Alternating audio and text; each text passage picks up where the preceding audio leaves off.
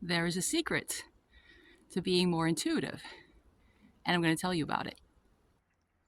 Let's go into the intuition. So, especially for empaths, who are people who have a very body-based, sensory-based, feeling-based intuition, this is really key.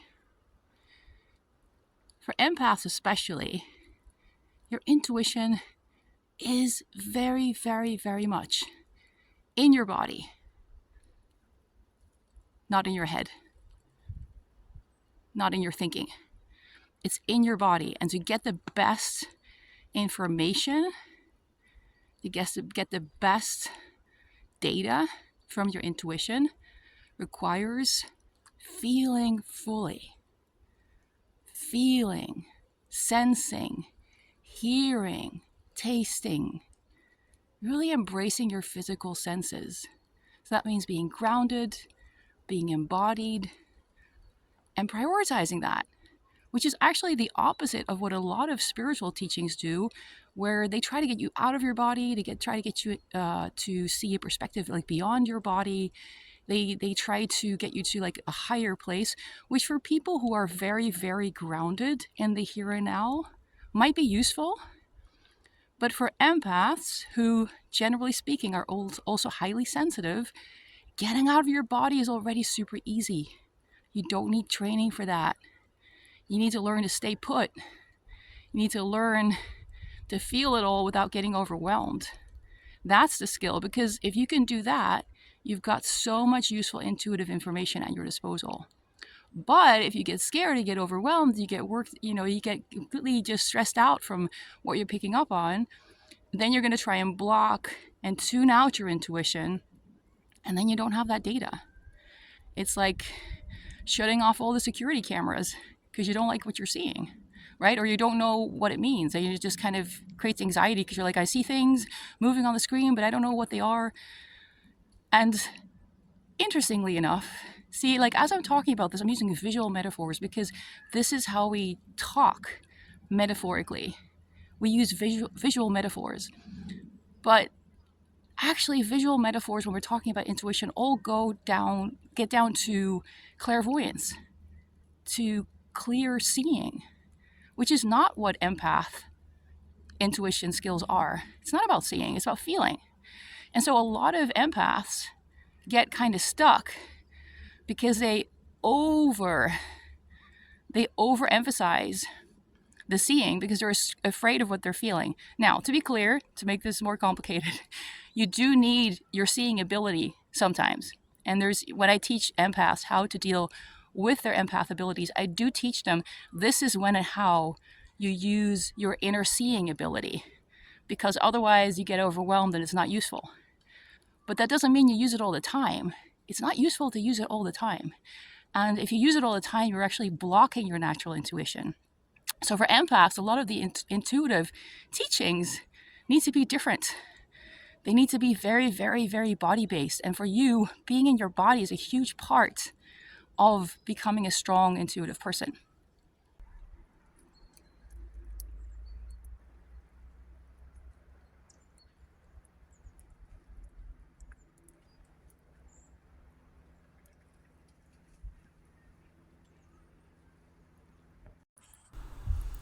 So to keep things really simple, you can think about it this way. Clairvoyance is in your head, right? Above the shoulders. Empath abilities are below your shoulders. Full body, not just in your head. Not really in your head. Not much is happening in your head. So when I say feeling into your senses, feeling into your body, I know it's easy to think, oh, well, but I'm seeing, and seeing is also a sense. Yes. The problem with seeing is that seeing is very close to thinking. And so the clairvoyance, people who have very strong clairvoyance and only focus on that, also, they tend to stay in that part of their body. They tend to stay in that thinking part of their body And so the seeing becomes connected to thinking about the seeing and thinking about what they should be seeing, and it becomes part of kind of the mind's domain. Technically, it doesn't have to be, but because of the way our Western world works, the way we're all encouraged to think a lot and to be in our head and to be rational, clairvoyant abilities tend to kind of meld together with our thinking.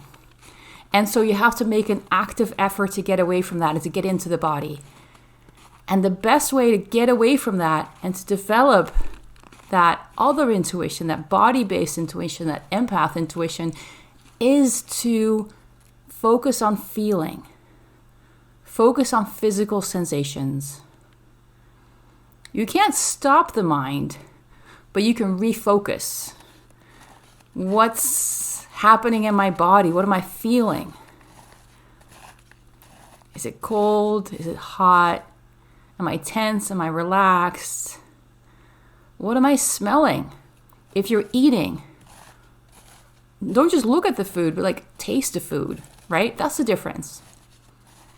And so that's what I'm talking about when I talk about being in your body, being grounded, feeling what's happening. And it takes some effort. It just does.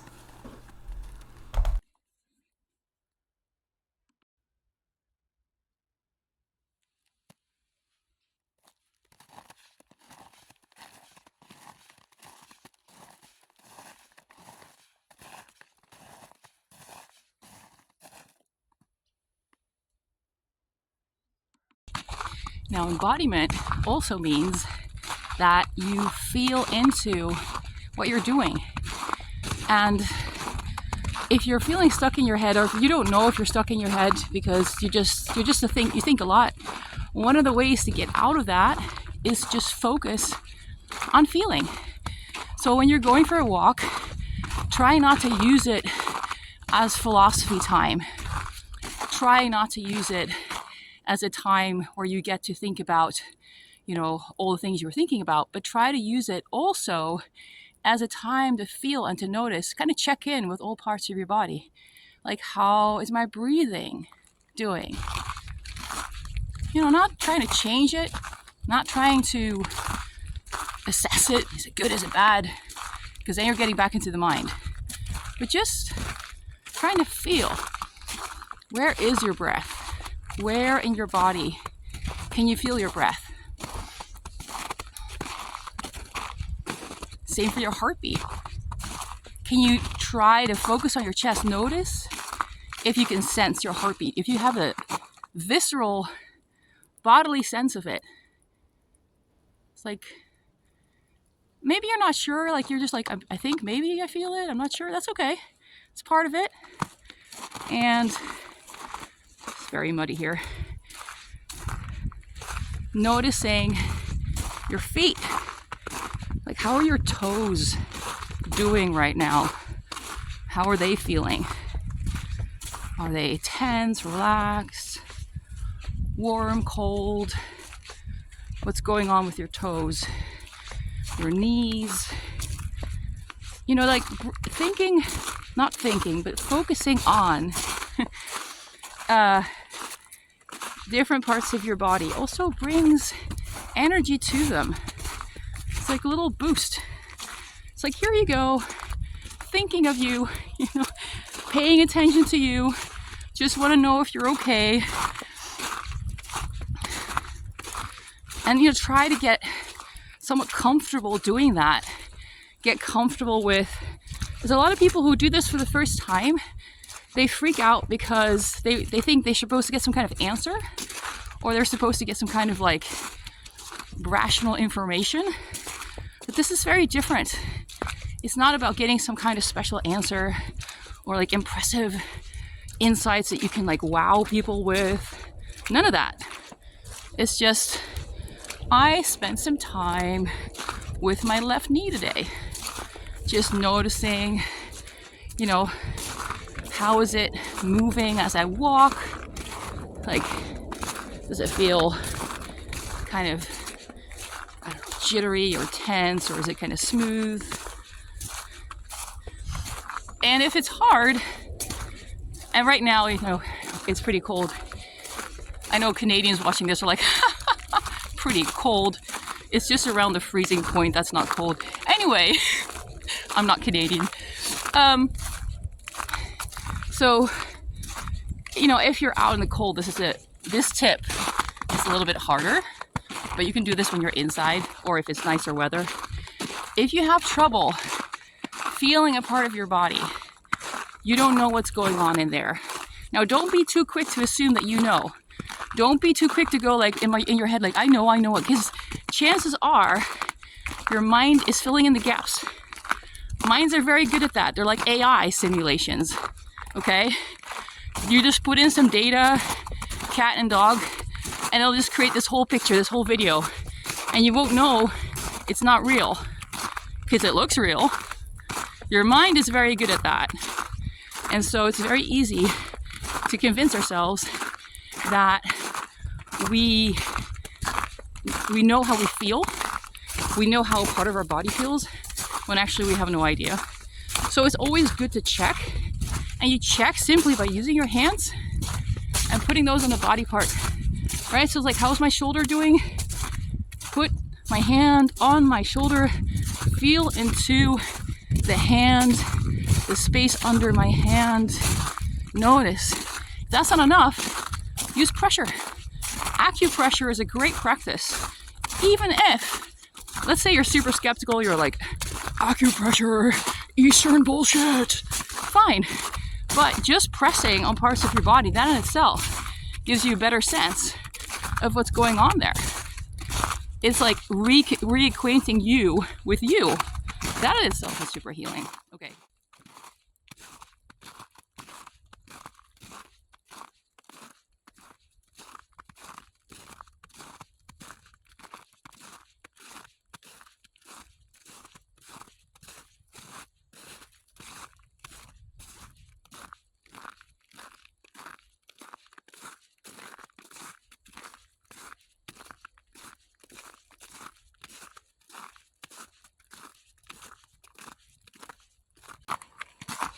So the mind is like AI, and it gets it wrong a lot of the time, but it's very convincing.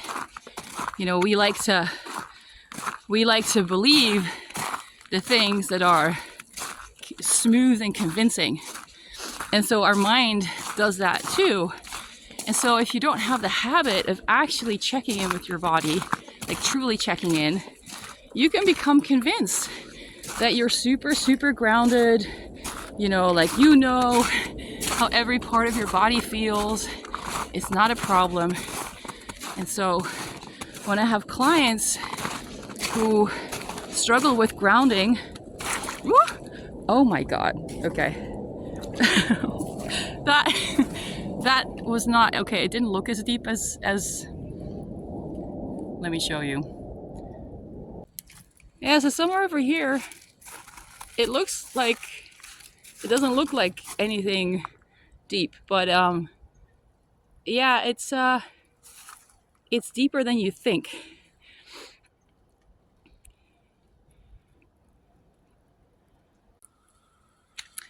So,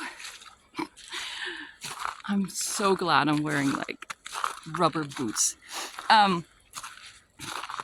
So it's, you know, when I have a client who is not very grounded, and I guide them through some exercises to help them feel into their body, feel what they're feeling. Very often, I tell them, use your hands, and they don't do it. Because they're stuck in that illusion, that mental AI that says, oh, but I know, I can feel it just by thinking about it. And it's not the same thing.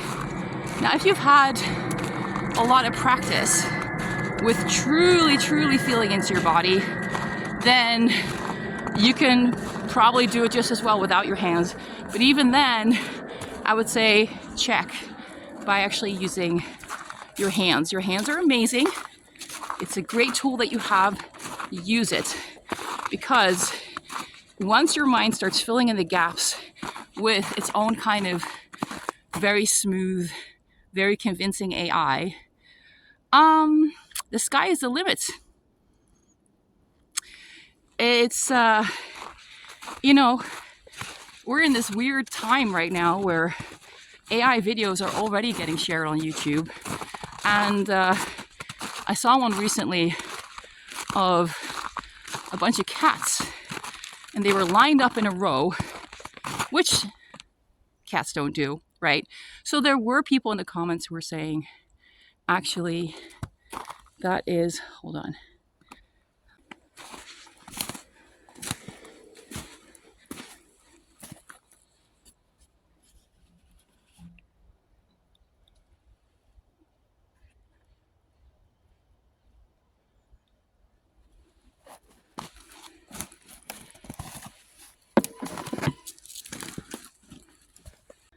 So there were people in the comments on this video saying, oh, you know, this is AI, cats would never do that. And yes, right? Because we know based on what we see in the picture that it can't be real. But that only works if AI is showing something super unrealistic. I mean, we're in a weird place, we're in a weird time where it's a little scary, because what you saw in those comments too is a lot of people responded to it like it was real. What happens when AI creates photos, pictures, videos of things that nobody can actually know are not real? Like, it could happen, it could be real. Now you have video evidence. Anyway, that's a whole other scary topic for another day.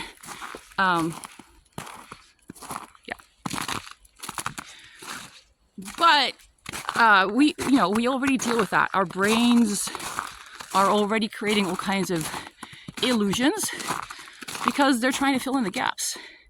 You know, our observations are not 360. And to create a smooth experience of the world, our brains are constantly filling in the gaps. And that's normal, right?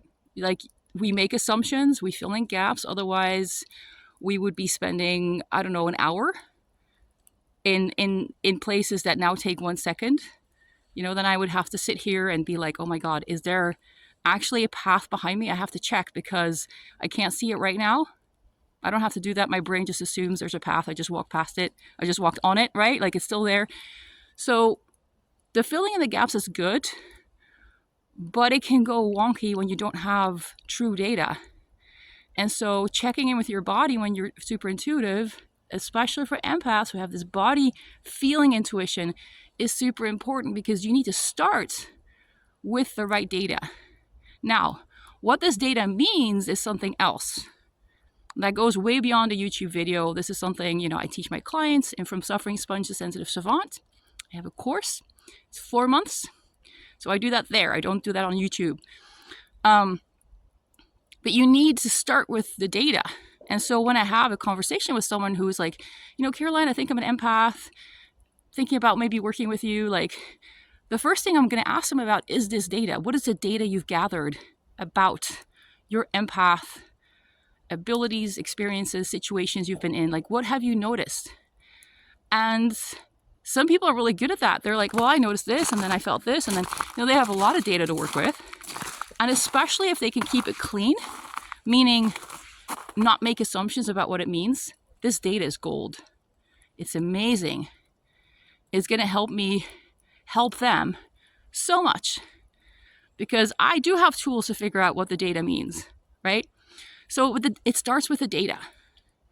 When I have someone who comes and talks to me and says they're an empath, and I ask, okay, can you give me some data? And I don't say it like this. I'm talking about it like this now because, this is how I talk about it in this video. But I really ask them just for, some examples. Some people get offended. They're like, I'm an empath because I say I'm an empath. These are people who are stuck in their head. Okay, if you're offended because somebody asks you for observations, you're stuck in your head, like, for real. Everyone who has a habit of checking in with themselves, checking in with their body, checking in with the world, what is actually happening wants to know the facts of the situation. They're they already kind of think like this. They're like, yeah, of course, like, what are the things that are just pretty much facts? I don't know what they mean, but they're things I have observed. They're things I've noticed, things I felt. These are things I felt. These are things I noticed. These seem to be related, but I don't know how. That is very, very useful data. The conclusions you come to in your mind, that's like being in math in school. You're like a elementary school, and your math, and you have the right answer, but you don't show how you got there, and then you get a 0 for your answer. I mean, I assume that's happened to a lot of you out there. It's annoying sometimes, right? Because you're like, but I got the right answer, so I got it right. But your teacher wants to know that you understand the process of how to get there, because, okay. Your teacher wants to know that you understand how you got there, because you may have the correct answer now when the sum is easy. You may have a super quick, intuitive, more like automated, semi-conscious way of doing the math that works out. But your teacher wants to know, when that process fails, do you know how to go through the conscious steps to do the math? Because that's what you're going to need when it gets more complicated. So this is what I teach my empath students too. It's like, yeah, you may somehow magically know this just by somehow knowing it. That's great. But you need to have a way where you can consciously, step by step, figure out complicated situations, because you have a process, you have a way to get data. Sorry, just like some puddles again.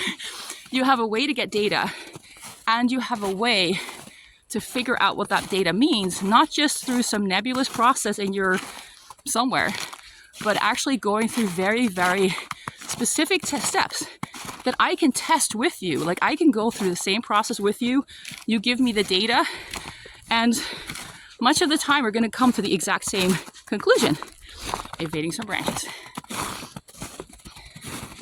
Right? Like, that's the whole beauty of math in that sense. And I'm not a math person at all.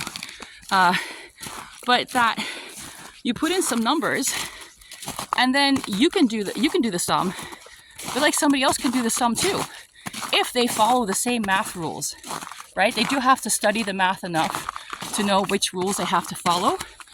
And where trained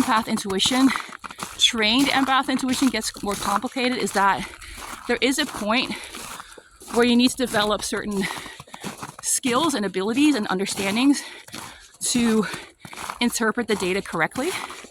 And this takes practice, it takes honing. And so that part is more like if you are trying to read, you're trying to read a doctor's photo. If you've ever had an x-ray done of your arm or something like that, chances are you just see some white bits and pieces. You're like, oh, I guess those are my bones, okay. And there's like some blurry blobs, but you don't know if the blurry blobs are meaningful.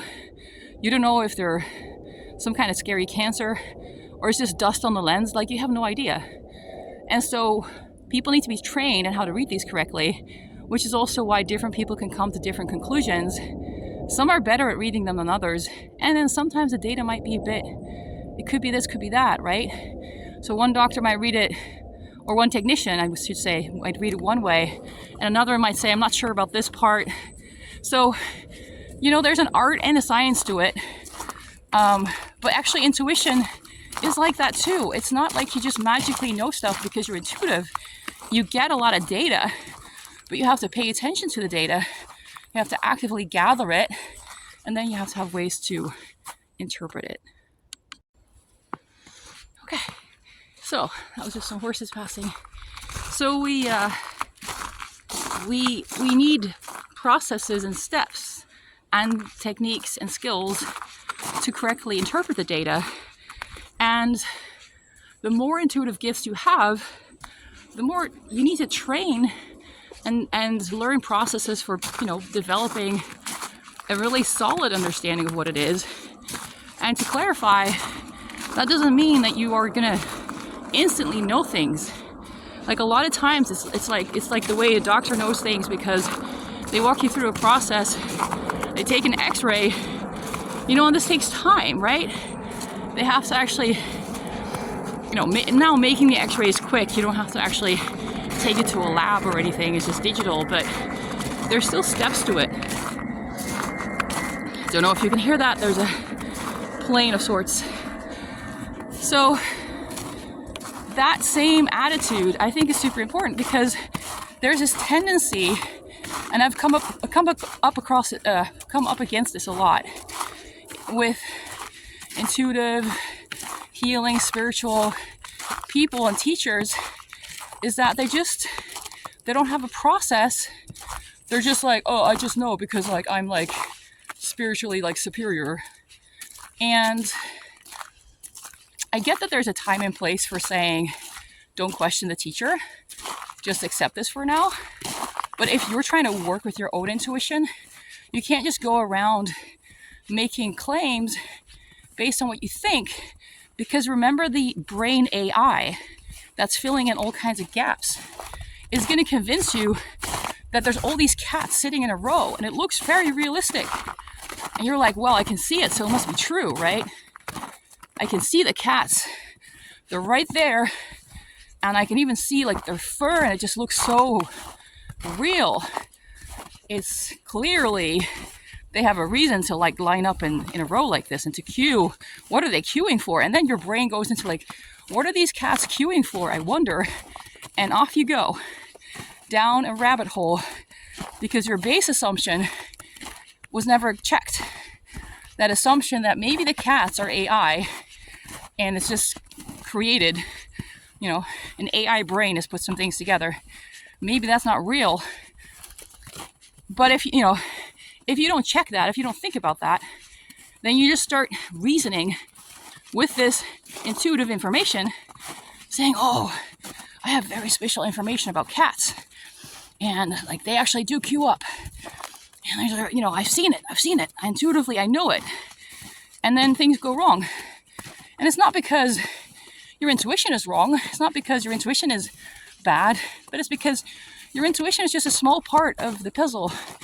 It's not, your intuition is the beginning of the understanding process, not the end. You can't just take everything you sense at face value and be like, that's it. That's it. And I know because I'm intuitive. No, you need to have ways to check. How do I come to this conclusion? What is my actual data? Because if you don't do that, you're going to really struggle with complicated intuitive situations where the actual situation, the actual truth of the matter goes way beyond anything you could even imagine. And how are you going to get there if AI can't even imagine it? Well, if you have a process where you can measure things and check things, and you're like, wow, I just kind of assumed it was going to be this. But now that I walk through the steps and check things, all my assumptions are proving to be wrong. So I got to dig deeper. I got to look wider. What is going on here? And so there's a place for thinking in intuition. You got to use your head, because you need to have some hypotheses, but you can't just go by whatever your mind AI chooses to create and say that's the truth. You got to get back to like, wait, what is the actual data that I got? And there is actual data, thank God. But it takes a kind of mindfulness to notice what was the first thing. And very often people can get back to it. When I talk to clients and they're like, I don't know how I suddenly got to feeling that way, or I just walk them through the situation. Where were you? When did you first start feeling this way?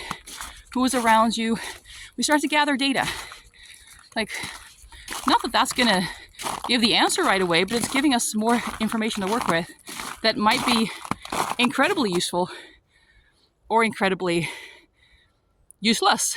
You don't know until you take it through the process for checking what is what. So, data, super important. How do you get the data? You get the data by being in your body, but not just thinking you're in your body, but actually paying attention. So one way you can do that, you can start practicing that, is when you're walking, notice. And like now as I'm talking, I'm also feeling my feet, which is good because I really need them right now. It's there's snow, there's ice, there's puddles. I really need my feet to tell me, what they're sensing. So, walking and focusing on your feet is a good way to do that because it's doubly useful. You're training your feeling senses, and you also get very useful data about the ground you're walking on.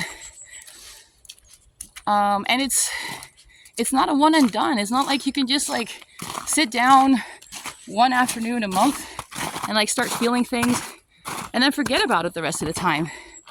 You have to really do this all the time and never assume that you're like beyond having to check.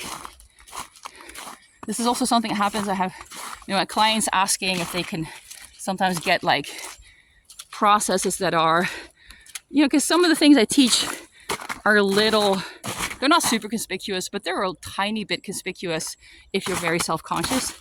And so they don't want to do that. They don't want to check things that way in public. And they're like, isn't there like a more subtle way? And I'm like, yeah, there is. There are lots of subtle ways, but they're also less reliable. And so, yeah, I have a gimbal for the first time. I'm getting the hang of it, but it's a learning process. So,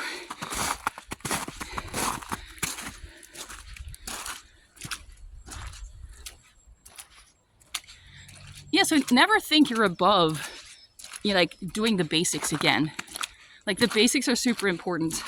The basics that I teach, I keep practicing them too, because my mind also has AI and it can be very convincing. So you have to develop this habit of really just checking in with what is the true data that I have and what are the conclusions I'm drawing about it, and being able to separate those out. Because for me too, when I started teaching empath skills, meaning how to get other people's energy out of your system, how to stop sponging in the first place, but not by blocking yourself off or anything, but by going deeper into the healing of like why you're sponging at all. How to cut cords with people, but do it in a way where you don't have to endlessly cut the same cords. Like, I teach a lot of these things, and those things are still super relevant for me too. A lot of the problems that I had at first as an empath are now pretty much gone. I've done enough work on healing those issues that that's not a problem anymore. But I'm kind of at the next level now, where there's other subtle stuff that I'm starting to really notice that is starting to bug me because I'm just in a place now where I can actually, I've picked that up my whole life, but I just never knew I was picking it up because it was too subtle for my brain to pick out. It was just kind of like background noise. And now I'm in a place where I can actually pick apart the background noise and be like, wait a minute, what's going on here? So I need my basic tools that I teach, and I need my advanced tools that I also teach. And I am still learning new things beyond that, but it always comes back to starting with the really good, solid basics. It always comes back to what is the data that I actually have, and separating that out from the mind AI, the fears, the worries, the assumptions. Because if you don't, you get stuck very quickly. You go down rabbit holes of just assumptions that don't get you anywhere. This is why intuitive people can be so incredibly loony, because a lot of people who are just saying really crazy stuff, well, some of them, I can be one of those people, are at a point where we're like actually able to verify things that are just not on most people's radar. So that makes us sound crazy. But that's a different kind of crazy. It's not crazy, it's just you're outside of the norm and outside of the zeitgeist and the ideas about what everyone thinks is obvious, and obviously it's like this. And you're like, well, actually, no. Actually, it's not like this, and I can prove it to you if you would actually take me seriously. And if you would go along on this journey, and I can teach you some skills so you can like assess this for yourself. But hey, but people don't want to do that. So that's one kind of crazy. The other kind of crazy is, just making assumptions, making radical assumptions, and never having been challenged by anyone. It's like, hey, I'm sure you're picking up on something. Woo! Oh, God. Okay, hold on. We are trying to film, and I don't know. Can we see? I don't know if you're seeing anything. Okay, hold on.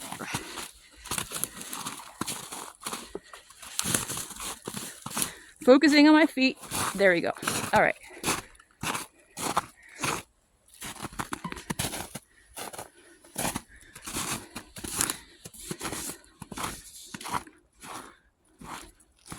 Okay.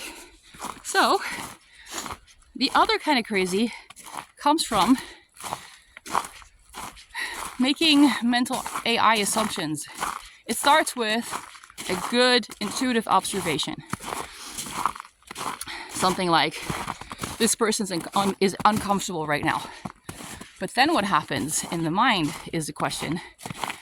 People with a lot of trauma sometimes jump to really crazy conclusions because what they're noticing activates their fight or flight.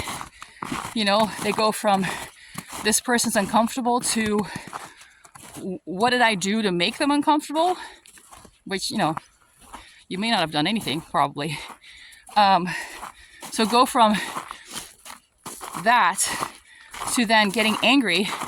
You know, why is it my problem that they're uncomfortable? Like, leave me alone. And then maybe even getting violent. Like, things can get really crazy if you have a combination of a very attuned intuition that picks up on a lot of true data, but then you have this AI distortion up there that's only playing like war movies, and every person clapping their hands sounds like somebody shooting, right? Then you get a lot of really overwhelming experiences, I guess. And you might go around telling people, I'm super intuitive, I know this is true, but if you cannot separate the intuitive data from your own mind AI, shit can get really crazy. And so that happens a lot. And so, again, it doesn't mean that person doesn't have any intuition, but it does mean they have zero training. And this is why I find it really disturbing that there's so much intuition teachers who don't really teach a process to check if what you're coming up with is bullshit or not. They're just like, oh, you're super intuitive, we're all super intuitive. What are you getting? What is she getting? Oh, it's all true. Like, it may be, but it may not be. And this reminds me also of, I've told this story many times, so for me it feels like an old story, but for you it might be completely new, because when I've told something 3 times, it feels like I'm telling it to everyone all the time. So this was years ago in this intuitive training. Like, it was a few evenings. It was on doing readings, long distance readings. And there was a girl in the class who was at some point brought a problem to the group. She's like, yeah, there's this guy at school and he keeps like wanting to talk to me and wanting to hang out with me, and I don't like it. And then she wanted to know what meditation she could do or what she could visualize to make it stop. And now, you know, I'm in many ways just kind of like a simple pragmatist. So I was like, wait a minute. I was like, did you actually ask him or tell him that you're not interested?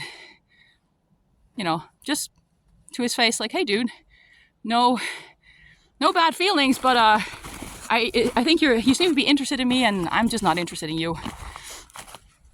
Something like that. Have you told him? And she's like, no, she always just tries to be nice to him.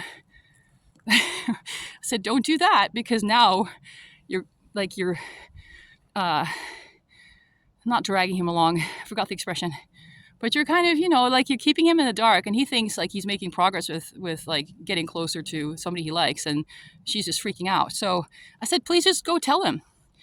And but the reaction of the rest of the people in the group was just so dismissive of what I was saying. They were just like, we're here for like spiritual stuff and readings and not like talking to people, like, I don't know. It was just very strange. So the next time we met up, I asked her, I said, hey, did you talk to this guy? She's like, oh, yeah. She's like, yeah, I went over, I talked to him. I said, hey, I'm not really interested in you. And so can you just leave me alone? And then the guy, and I said, what happened? And she's like, oh yeah, the guy just said, oh, that's okay. And he just left me alone. So problem solved. Ta-da! So my point with that story is that there's some intuitive people start using their intuition in ways that you really don't have to use it. There's other simpler, better ways to use it. And so this can make things kind of crazy and complicated. Like if you imagine this girl joining some kind of other group, some kind of dark voodoo creepy group, and her doing like creepy rituals to get this guy out of her life, like that would be really fucked up, obviously, in so many different ways, but also so incredibly unnecessary, because she could just tell him she's not interested, right?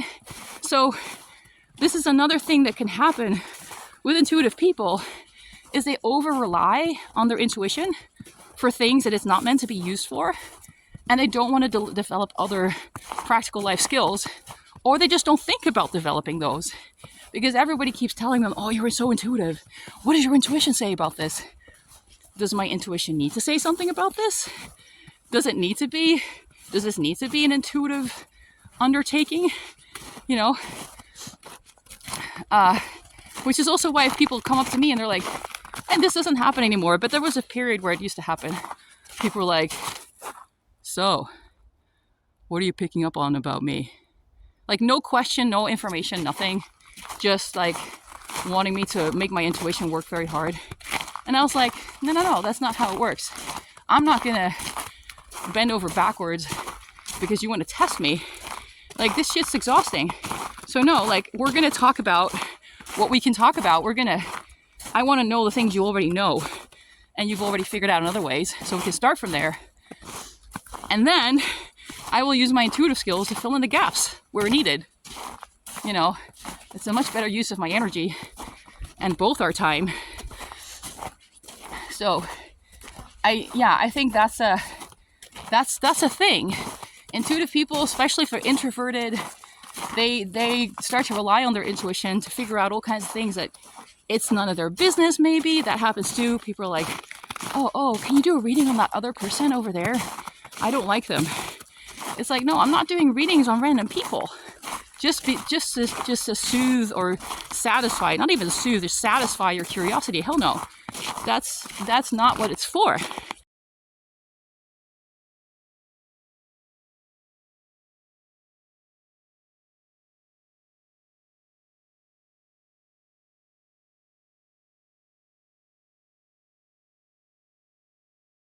There is such a thing as violation of privacy. And kind of like it, like if you have a friend who's a detective and you're just like, curious about random people and you ask them to do a full background check on all these people just because you're curious. I mean, a good detective would be like, no, I need a good reason to like go figure out what's going on with somebody. I'm not going to randomly look into all their data, just because you think you want to know. No. And so those boundaries need to be in place with intuition too, but not everybody honors those. And so there's people who are just getting involved in shit they shouldn't get involved with, meddling in other people's business, where it's really just none of their business. And they don't need to know. And more importantly, they don't need to know in order to solve the problem that they're trying to solve. It's not necessary. But they just like working with their intuition because it's like this little bubble, right? It's like sitting at home and then watching YouTube, and it's nice and comfy and safe. You don't have to be out there like potentially tripping or like stepping into mud and getting wet feet Hasn't happened yet. So it can become a comfort zone, and you got to really be careful for that. Like, stay away from getting to that place, because then people get really attached to their intuition and their insights and whatever, even if those are not correct, because it becomes their world. It becomes how they do everything.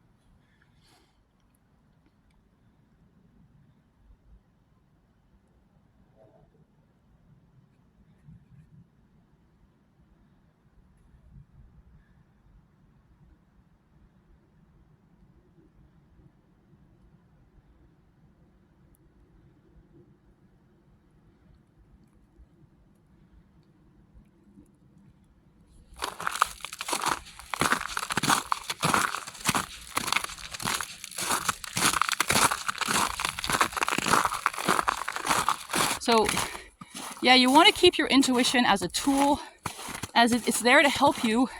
It's not there to help you with everything. It's there to help you with some things.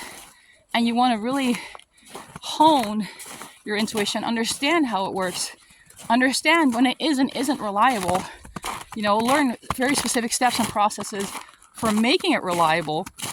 And if it's not reliable, knowing, that's the thing. I can't figure everything out intuitively, but I do know what I can and can't figure out. That's really key, right? When I see that cat video and it looks very realistic, I have a way to check, wait, but it's actually fake. It's AI. This is a metaphor. So I still don't know what's going on with that picture, if there's any cats at all, but I do know that that's not reliable, right? So I'm not going to spend time thinking about that, or like wasting energy going down, why are the cats queued up in a line situation. I'm not going to like try to figure that out, because I know it's not real. It's not reliable data. So that's super helpful. Again, it may not sound helpful. It may sound like, but you should be able to like get more data. No, like you need to know what your limits are, what you have access to, what you don't have access to, and be able to tell the difference. That is super useful. Then you know, okay, I don't have all the possible data, but the data that I do have, I have verified, I have checked it, it's reliable. So now we can go to the next step and figure out what this data is really trying to tell us. What is this really about? What is this signaling? Why am I picking up on this? And yeah, I know that sounds like a lot of work, and it can be. And so it's much easier, it's much less work, it's much more comfortable to just tell yourself, this Caroline person, she's full of shit. She just has really bad intuition. That's why she has to go through all these steps. I, the Ascended Master, I'm so much better at knowing things. So I just magically know things. I don't have to check anything. I don't have to do any extra work. my intuition is just superior. Yeah, I've met those people too. Or like you ask them specific data questions and they don't have the answer, and then they just yell, I think I'm just more spiritually advanced than you, and then they just like run away or hang up the phone. It's happened. It's happened. It's weird and shocking, but it happens. So these people are also out there in the intuitive field, in the world of intuitive people. These people are also out there, and they're very convinced that they are so superior and they know everything. They don't need processes. Processes are for stupid people.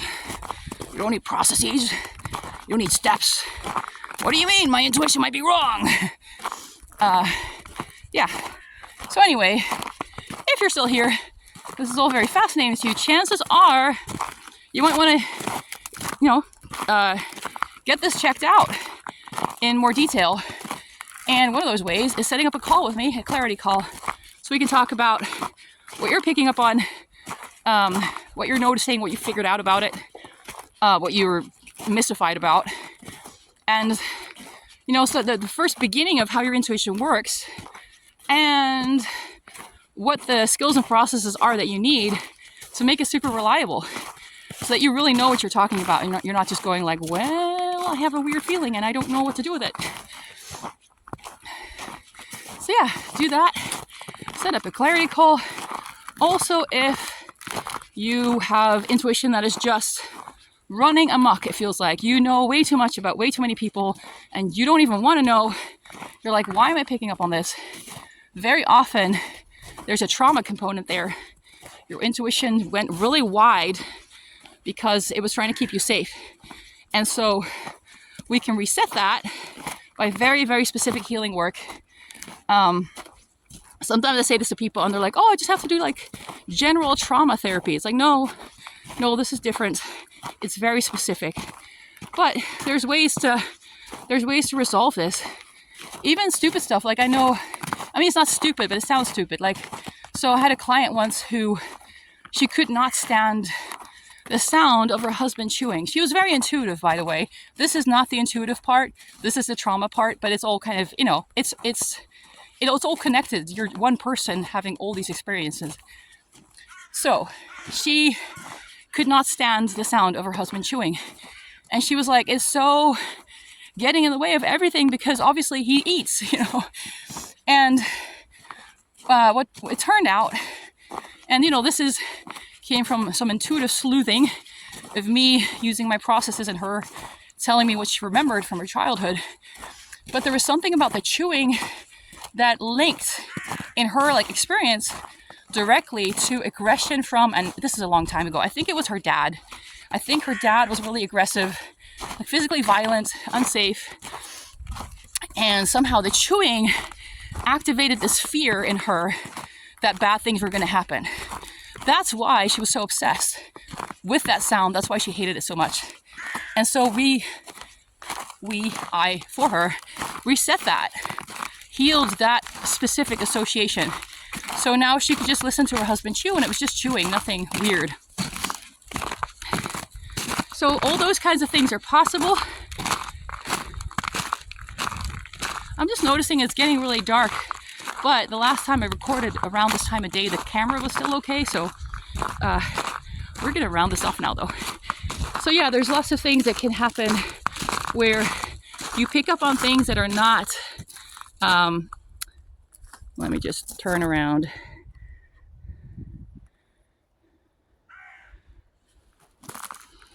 Facing the sun. So you might be picking up on a lot of things that you're like, why am I picking up on this? There's no way this is useful for anyone. I have so many examples of this. But it can be in dreams. It can be noticing things when you're around people where you're like, I really don't want to know. I don't want to pick up on all this stuff. That too can be changed, can be reset. So when I work with empaths or people who are in other ways super intuitive, we look at, okay, how do you decode what you're picking up on? But also I teach them, okay, if it's too much, if you're like, I really don't need this information, this is more of a trauma response than healthy intuition, then I teach them also how to reset this, because you don't need to pick up on everything about everyone. And in fact, I would argue that most of what we automatically take on and absorb and pick up on as empaths, most of that comes from some kind of trauma response. And when you take it all away, you still have your natural intuition, but your natural intuition is going to be much smaller. It's going to be much easier to deal with. So yeah, the empath sponging, where you take on other people's feelings and you carry it around, that is actually a kind of trauma response that I teach my empath clients how to undo, how to heal. It's not a quick fix. It's not like you can just like get rid of all of it in one go. It really, piece by piece, it requires digging into, okay, why are you picking up on this particular thing? Why are you picking up on this thing? What's underneath it? Because we want to make sure that the healing is thorough and it lasts. I know there's lots of really popular quick fixes that promise you like super, oh, you'll just get rid of all your trauma and it disappears and it's just deleted. That is all just a path of dissociation. Really, it's not really healing. I know it may feel like you've solved the problem in the moment, but it doesn't really solve anything long term. So I don't teach things that way. I teach people how to pull apart the pieces of what is happening, and then where it's not helpful, how to change that so that you don't have to walk around as like this overwhelmed, intuitive person picking up on all these things that you don't know what to do with and that just distract you from yourself, basically. All right, that was a lot, right? But it all comes from data. It all comes from starting with good data. That is so key. Because if you don't have data, if you run away from your body, if you don't want to know anything, if everything just freaks you out, then you don't have anything to work with. And that attitude of wanting to face towards your intuition, wanting to meet your intuition, wanting to get to know your intuition, wanting to understand your intuition, that is crucial. If you're just trying to get rid of it, like I'm not your person, then what you want to do is dissociate, and you could do that in a very like therapeutic way. That's very expensive, or you can just take a lot of drugs, go down that route, which is also a problem, you know. That's it, but it's very, sadly, it's very popular to try to dissociate, and it happens, you know, trying to get away from the body, trying to get away from all these things. And again, like some of this sounds like great spiritual advice, and it might be okay for people who are super, super grounded. But if you're an empath or you're super intuitive in other ways, if you're highly sensitive, you already struggle to be in your body. Like getting out of your body is super simple. So you need to get into your body where your intuition lives, where some of the overwhelming data also is, but you have to learn to actually like notice it, because it gives you super crucial data. And then the next step, obviously, is not walk around like just noticing and not knowing what to do with it. But then, you know, if this speaks to you, set up a call with me so you can actually learn the skills. So you're not just, because it doesn't just go away. Sometimes people think this, if I just like live in my head and just ignore it, it's going to go away. No, it just piles up. It piles up and it becomes more mess that you need to sift through later. So the earlier you start, the easier it's actually going to be. And then you can get to a place like where I'm now, where most of the time, if people are having really big emotions, it doesn't really affect me. I'm just in my own little bubble doing my own thing, and I'm working on other stuff now, but it's on a different, more subtle level in a way.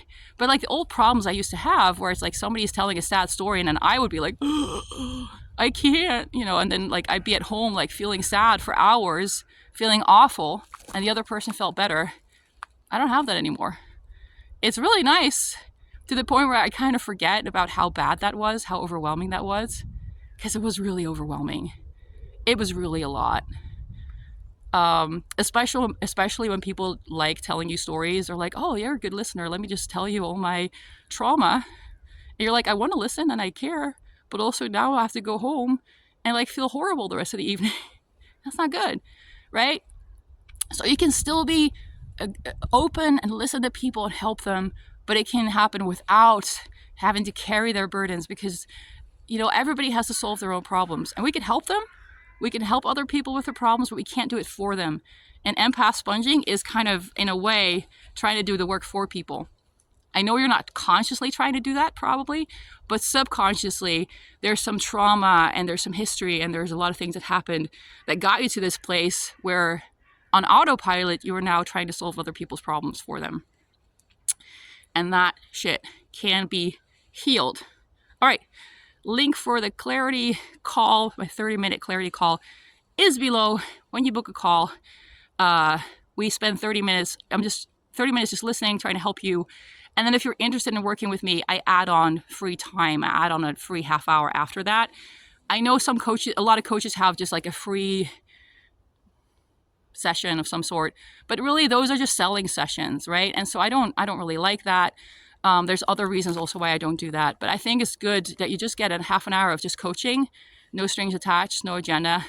And then if you're like, wait a minute, actually, I would like to go deeper into this, then we can talk about how it can help you, what programs I have for you, how to make that happen. And that part of the conversation is free, because I don't think you should like have to pay anyone for them to tell you more about the product or the service that they have for you, right? Like that doesn't make any sense. So that's my approach with that. So just know, if you're like, wait a minute, half an hour is very short and I want to talk about our programs, we do that after the half an hour. So you have half an hour where you just tell me what you notice, what's going on. I can give you some starter tips, some initial explanations, why this is probably happening, or things you have questions about. I can probably answer a lot of your questions. And then after that, if you're like, I want to know more, I want to learn more, we can talk about that. All right. Thanks for listening. Bye-bye.